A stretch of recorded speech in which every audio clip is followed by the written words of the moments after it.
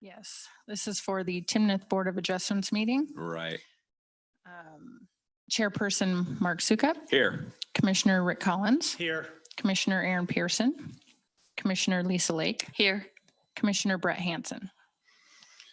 Okay, we got a forum. So let's see for a sec. 5510 Teeling Court Appeal. Matt Blakely. Thank you, Chairperson. This is actually an appeal of a decision that the Community Development Department made relative to a deck permit at 5510 Teeling Court.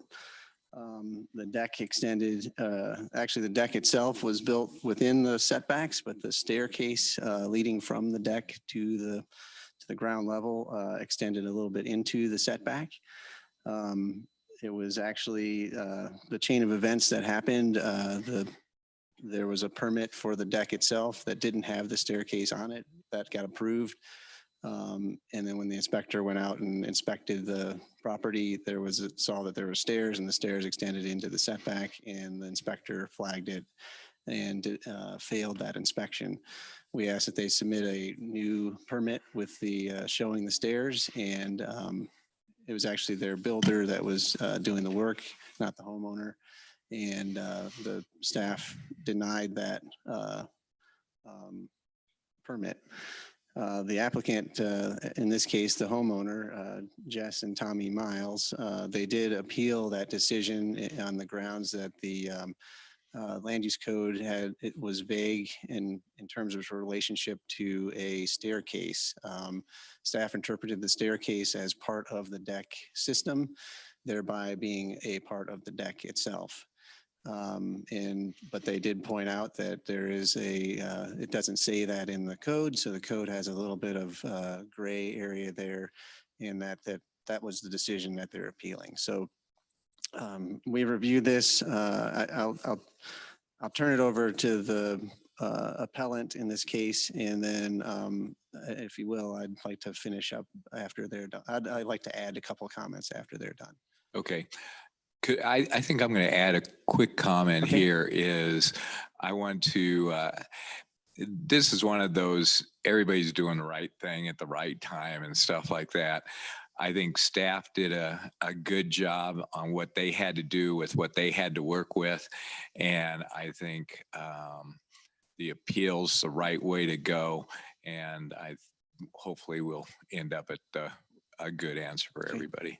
Mr. and Mrs. Miles, or whoever would like to talk, go ahead. And you've got 3 minutes, and if we think we need more, we can do it. All right, thank you. I'm Tommy Miles. I'll be brief. Most of this is in my letter, but I kind of wanted to go over the chain of events. We had this deck, this design in our original purchase agreement with the builder. Back in 2020, and we did actually run into a setback issue that was resolved on the front of the house with the builder. And after we worked through that, we thought we were in the clear. We thought the builder had submitted all the proper paperwork, that the inspectors and everyone had was kind of on the same page. After many delays because of COVID and stuff, they ended up separating off the permits. So we did get the CO and moved in before the deck was complete. And then we commenced immediately on our landscaping, which was designed around how we had the stairs. And it wasn't until after we were moved in and everything was done that we finally found out that it failed setbacks. So we kind of felt that we were put in an awkward place. I think the city planners do too, because the builders kind of, I think we're at fault for not submitting the proper documentation, and we were kind of left holding it. When I was reviewing the land use codes, I didn't see anything specifically relating to the stairs specifically. And so that's what I was pointing out to the city planners. And this is kind of the process that we were led down, and I did submit with my appeal, the support from our immediate neighbors. And we are, it is a rear setback issue. I did measure, we're like more than 400 feet from our nearest neighbor in the rear. So I think that's, I want to be brief. So I think, do you That's guys great. have any questions? Yeah, I thought the prep was very informative and professional. Thank you. All right, thank you. Matt. So the Board of Adjustment has a couple of options, and I've put them in the packet. So We see there's a 'em. couple of motions there. One is uphold our denial of the permit. And then that would require that that stairs be removed and a new permit placed in or put back in a complying setback. The other option is to overturn our denial. And then I've added in here is, directing staff to clean up this code language. And I think from our perspective, we would add stairs into the code and actually require that they do meet setbacks. So that would be what we would bring back as a proposal to the town council when we would bring a land use code change forward. So that thereby wouldn't create a precedent for other scenarios where somebody says, well, I got the same issue kind of a thing. So we're going to try to head that off. So that's all I Great. had. So this is one of those things that I think everybody did the right thing, and we're going to end up maybe there. But I think the staff had to deny based on the language, but I think came up with a creative way of maybe getting to equity as opposed to hammering something or somebody and stuff. So Mr. and Miss Miles, I'm sorry you have to go through the appeal and that. I'd make the builder buy you a few drinks. Other than that, so I feel for you and take it. Go ahead. Yeah, this is one of those ones that I think that if I was sitting in the staff's position, I know I would have to go with option number one because your hands are more or less tied. But luckily, it comes to an appeal process with the council here. And I'm going to make a motion in a minute. I'll wait and see if Lisa has any comments, but then I intend to make a motion to move number 2 to overturn the staff's. I'll just add one quick thing is, one, I appreciate all the work that staff have done. Very rarely do I disagree with recommendations and things like that. But I'm kind of the mindset, if I'm driving down the street and it doesn't tell me I can't do a U-turn, then I assume I can do a U-turn, and this is kind of along those same lines where it doesn't specifically say. I like how you put in there to then go back and look at it so that kind of going forward. But obviously people can have decks and patios without having stairs. And so I think that the way it's written kind of shows that. So I kind of agree with Rick on that one. So. Okay. Rick, would you like to make the motion? Yeah, I'd like to make a motion, Mayor. Move to overturn the staff's denial and to permit the stairs to remain on the basis that the code language is unclear and should be reviewed by staff and further clarified in code amendment. Do I have a second? Second. Okay. I'll just call for a vote. All those in favor, say aye. Aye. Opposed? Okay. Mr. Miss Miles, your backyard looks nice. And I think getting your neighbors and that to go along made this an easy decision for us. So thanks. Okay. Do I have a motion? Any other further methods of business? Okay. Do I have a Motion to adjourn the Board of Adjustment meeting. do I have a second? Second. All those in favor say aye. Aye. Okay. The meeting's adjourned. Okay. Melissa, would you like to call the town council meeting to order? Yes, sir. Mayor Mark Sukup, Here. Mayor Pro Tem Rick Collins, Here. Councilmember Aaron Pearson, Councilmember Lisa Lake, Here. Councilmember Brett Hansen. Okay, we do have a quorum. Any amendments to the agenda, Aaron? Yeah, Mark, we do have one. We would like to have item 4C moved from the consent agenda to the regular business. This will end up being the last item on the agenda. This item does need a public hearing and so needs to be in the regular business. I would also note that the public hearing has been properly noticed, and so the developer has taken all the steps. So we are good to proceed with the public hearing. Okay, thank you. Do I have a motion to approve the amendment to the agenda? So moved. Do I have a Second. All those in favor say aye. Aye. Okay, it is now moved on the agenda. Okay.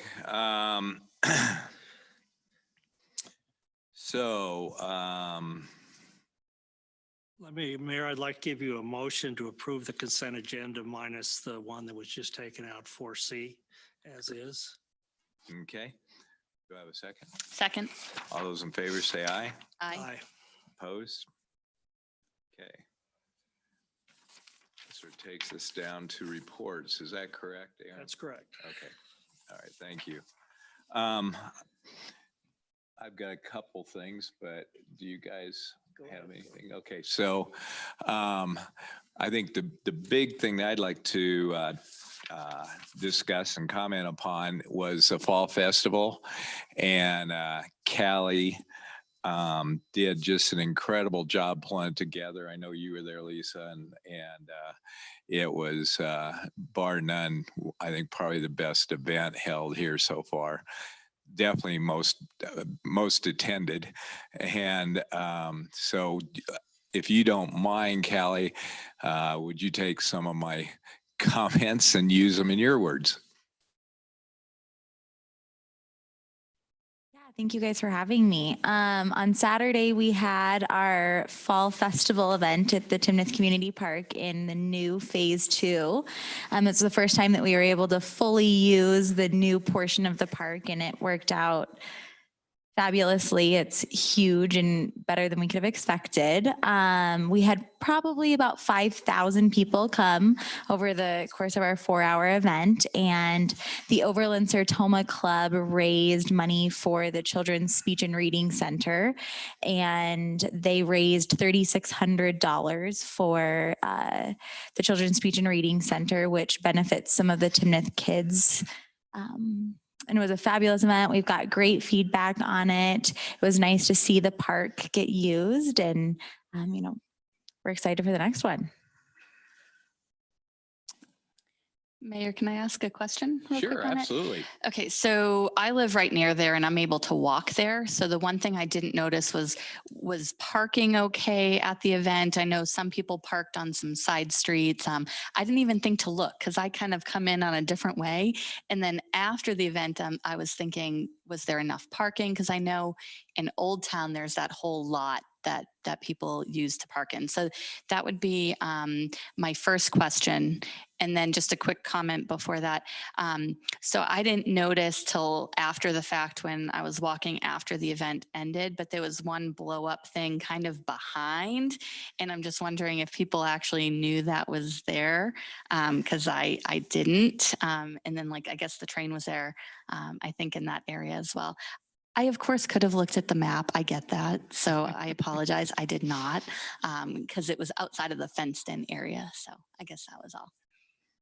You just wanted to ride the train and you didn't see it. No, I saw the train when I got there because I got there right at 11 and I think it was going around to where it needed to go. And then I kind of forgot about it. And then it was funny because I was there for, about an hour and a half, I would say. And at 12:30, 2 of the blow up things weren't blown up yet. And the one had a really long line. So I know it was really popular, but then I noticed the one behind it. Way to bring up a sore subject on, we had a little bit of generator issues during the event. Just kidding. So as far as parking, definitely, I think that now that we've been able to see how the park works with parking and where kind of people led to, that we'll work on next year, maybe finding an additional parking lot like we do in Old Town, or creating a shuttle system. I think that our numbers would have been up if we had more available parking. But we do appreciate that the residents who were able to walk in or bike in, that type of thing, we had tons of bikes at the event and stuff like that. So that does help, but we'll definitely, as the years go on, we're going to need to think of parking. And then that obstacle course that was outside of the fence was a additional add-on to kind of move and spread out people after the mass success of the ice cream social. We're like, we should probably add another kid activity on. And so that's the thoughts behind that one. Awesome. Thank you. I thought the space worked really, really well, having that big open field for everyone to hang out in. So Thank you. You know, and I took a look at the parking as I left, and it wasn't bad. I mean, it was about a block down, which if you go to the fireworks display in Fort Collins at City Park, you're walking tens of blocks.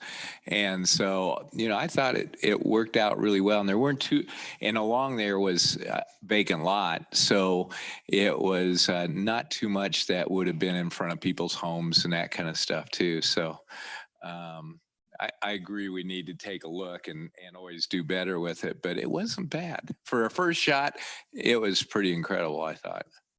Thank you. Yeah. No, Callie, awesome job. Really awesome job. Yeah, and I go without, I mean, there was so many volunteers and stuff there. I want to sort of hit some of the town employees that were there. Lisa, Debbie, Desire, Melissa, Cheyenne, Susan, Elisa, Jessica, Kim, Chief Jones. Thank you for helping, taking your time to be out there. By the way, Chief Jones, I thought the police department did a great booth there. I thought it was really, the kids were having a great time sort of playing the little game and winning their candy and stuff. So I thought you guys did a really good job with that too, and hit that up. And then we had the Latter-day Saints Church, and is it Rock of Christ? What's the name of the other church? Christ the Rock Church. Christ the Rock Church. Thank you. So thanks to both of those churches for coming out and the people there doing it. So great, just great effort. So I don't know how you could have done much better there. Finance report. Lisa, do you have anything extra to add to your report? Okay. I have a question. Oh, yeah. Go I have a ahead, question for you, please. Lisa, because I know somebody's going to call or somebody's going to ask it. In the, wait till you get there. In the report on the first page, you said in July there was a $70,000 sales tax refund adjustment. What was that? Yeah, that we had a vendor that remitted sales tax to us based on Fort Collins for building, not Fort Collins, Larimer County for building materials. So they had already paid the use tax and then they submitted sales tax on that. And so that refund was a part of that. That answers that. Thank you. Mhm.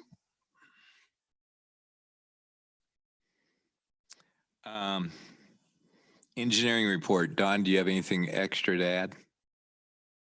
No, not unless you have a question. Okay. Anybody have it? You do? Go ahead. Throw in 2 cents. Busgrove looks great. Drove up and down there a couple of times. And Thank you very much. And we're in the final punch list of that, so it should be totally done in the next week or the police chief might have a little bit of issue over there. It's like a drag strip in a way. That might be one where you put out your electronic device, say slow down or whatever, Yeah, but it's very nice. That's a great project. great. Thank you. Community development report. Matt, do you have anything extra? Nothing to add other than. Hey, I did see you shortening it up. You know, maybe quarterly.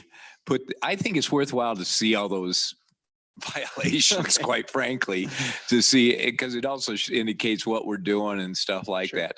But I agree with you. We don't need that monthly, Okay. unless anybody in this council thinks so. Yeah. Okay, we could do a quarterly thing. Yeah. Yep. Chief Jones, anything additional or elaborate any?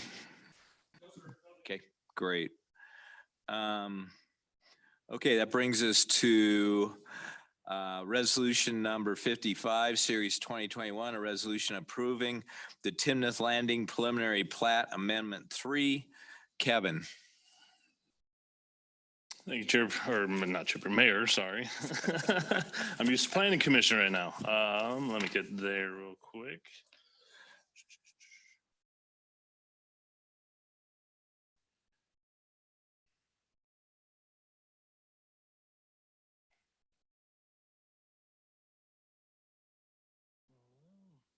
Apparently one of them doesn't want to go. So thank you, Mayor. This, as you mentioned, this is the Timnath Landing Preliminary Plat Amendment 3, located just north of Harmony Road and just north of the Great Western Railroad tracks, kind of boxed out there in red. The owner is CAC Timnath LLC. The applicant is PCS Group, represented tonight by Jeff Norberg. The zoning of this area is R2 single family residential. The proposal for this is to replat a portion of the subdivision to create 57 single-family detached fee simple lots with the intent to create alley-loaded single-family homes. Those lots will range from roughly 3,600 square feet in size to just over 5,700 square feet, and that complies with the recently approved PD overlay. The density in this area is actually 5.1 dwelling units per acre, but is actually in conformance with the overall approved sketch plan for density. This area is actually increasing from 54 lots to 57. So when you just take this area as a little donut hole, that's why that density rises a little bit. The portion of this subdivision actually fronts. Hey, Kevin, Yep. while you're on that, I'm sorry to interrupt you. What, and maybe this may be a question that you don't have access to. What's the total open space for the entire development? Jeff would have a better answer of that, but I believe it's somewhere in the range of, I believe, 40 to 50% of the overall subdivision is that open includes space. the lakes, right? Yep, it includes the lakes, and that, and this next portion kind of will hit on that as well. Okay. So these lots actually front the neighborhood / community park just to the east. That is in the 3rd and 4th filing. So these lots actually have direct access to a larger neighborhood park that will kind of act as additional open space for this filing. There was a neighborhood meeting held on this proposal back in April with the purpose of gathering feedback from the surrounding property owners. And since there are no residents in this area and none attended, there's no observation report generated. Staff has reviewed this preliminary plat against the land use code, the approved sketch plan, and the PD overlay, and it has found it to be in compliance with all of those documents. So with that, I will turn it over to Jeff for a brief presentation.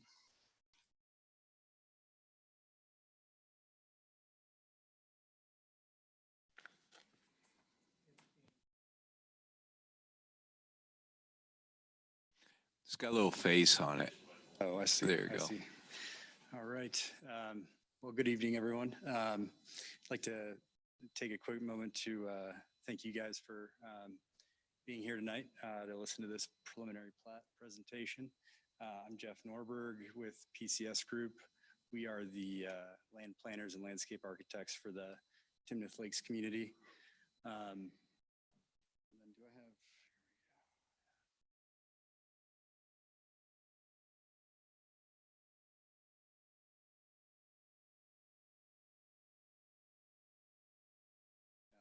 Thank you. I'd also like to take a moment to thank Kevin and the rest of town staff for their help in getting us to this point tonight, as well as acknowledge the efforts of the development team for their help in creating this community.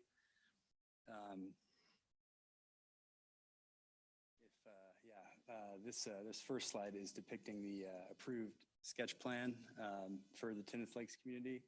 The red dashed line represents the preliminary plat 3, which we'll be discussing tonight. This area was, as Kevin mentioned, part of the approved PD overlay revision to allow single-family detached alley-served homes. Here's essentially the same image, but an illustrative site plan.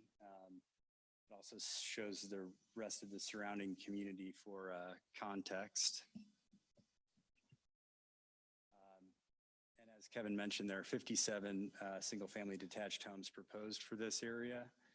And as we zoom in, we can see 35 of these 57 actually face green courts with an enhanced landscape character, or they face directly to the large community park. Thanks. And here's a view looking across the park, and up to the top left, you'll see the homes actually fronting the park. And the view from within the park of the homes fronting the park. I think the noticeable thing here is that, you know, without the interruption of the driveways, the porches are really the emphasis of the streetscape, as well as the, you know, the high quality streetscape. So to wrap up, this proposal is consistent with both the approved sketch plan as well as the PD overlay. This proposal has been thoroughly reviewed by town staff and referral agencies and has been recommended for approval. Planning Commission has also unanimously recommended approval for this as well. Part of this proposal addresses a previous concern of homes actually backing to Harmony Road and the community park. So by allowing the alley load single family option, we're addressing that concern, but also increasing the diversity of housing types offered in the town of Timnath. So thank you for your time. If you have any questions, feel free to ask.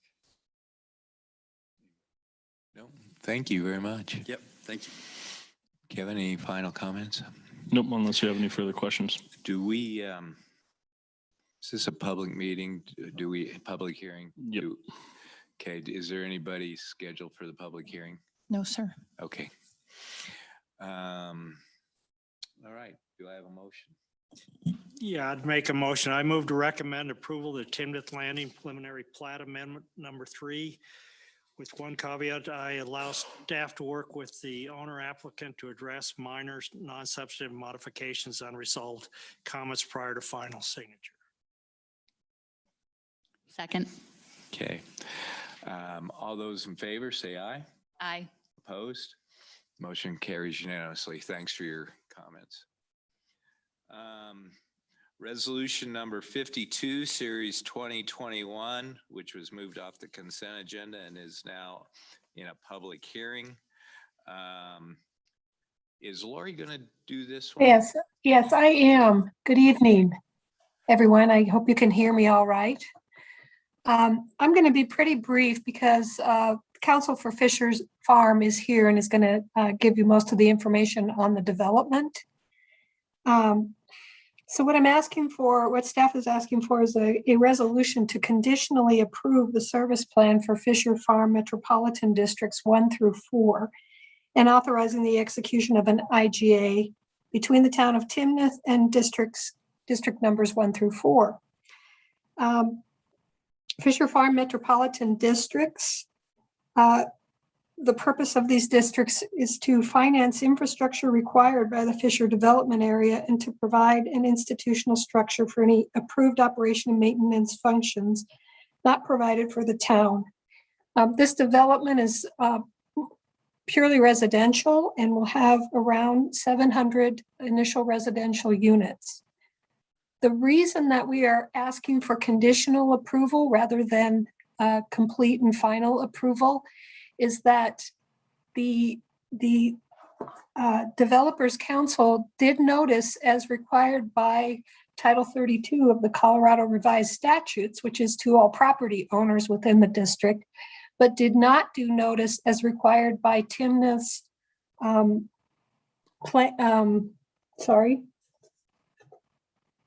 Timnath Special District Policy. Sorry about that. And in accordance with our policy, notice must also be given to the Division of Local Government, the governing body of each municipality in Title 32 district that has levied an ad valorem tax within the next preceding tax year and has boundaries within a radius of 3 miles of the district.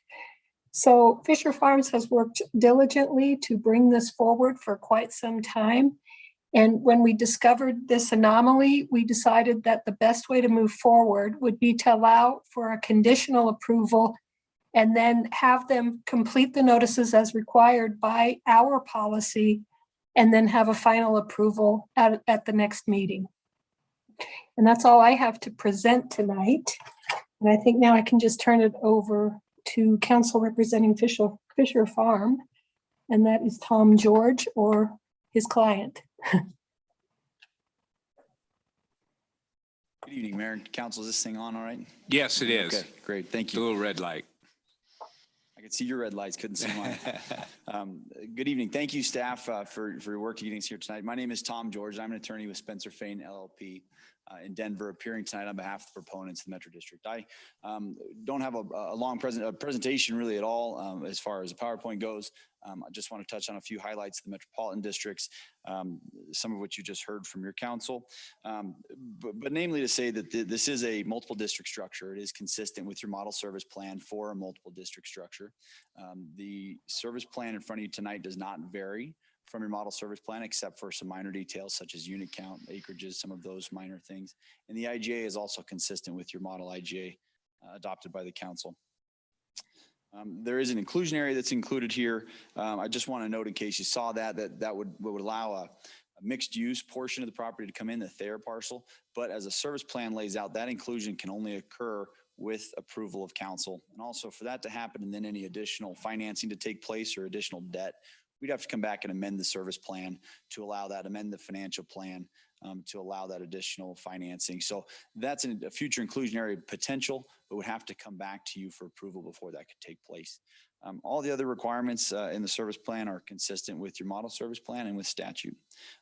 With me, I think any other questions you may have, we can answer those for you.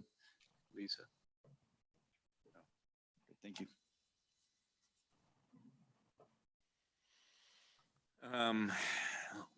Lori, is there, let's see, first off, do we have anybody for public hearing? No, sir. Okay. And we did get as a council a letter. I will identify two things that I did follow up on. One is there was a question on whether the service plan terminates at the end of 30 years. My understanding is this does. It has to by law. Correct, Lori? Well, it's the metro districts that terminate. Yeah. And then the other was, I think, the original service plan that was presented to us on the first one had a 60 mil levy that now has been corrected down to 50 mils. Right, and that is in accordance with our special district policy that was passed in 2019 by Timnath. Okay. Any comments? I'm ready to give a motion if you'd like. Sure. Now remember, you get a conditional. Yeah, here I too. know. Okay. Okay. Yeah, I'm on my game. I would like to make a motion to have this a conditional approval based on two subs here. One is to complete the notice requirement and administrative requirements as required. And two, that the final approval be on our next meeting as scheduled. Okay, thanks. Second. Thank you. Any other comments? Anybody? Okay. All those in favor say aye. Aye. Aye. Opposed? The motion carries. Thanks for your attendance and help. Lori, did you have anything else you wanted to say on that? No, thank you. Thank you very much for your time. Okay. Any other things you guys want to bring up? Motion to adjourn. Do I have a second? Second. All those in favor? Aye. Opposed? All right. Oops. Unanimous. We better all say aye. Aye. Opposed? Okay, motion carries. Thank you.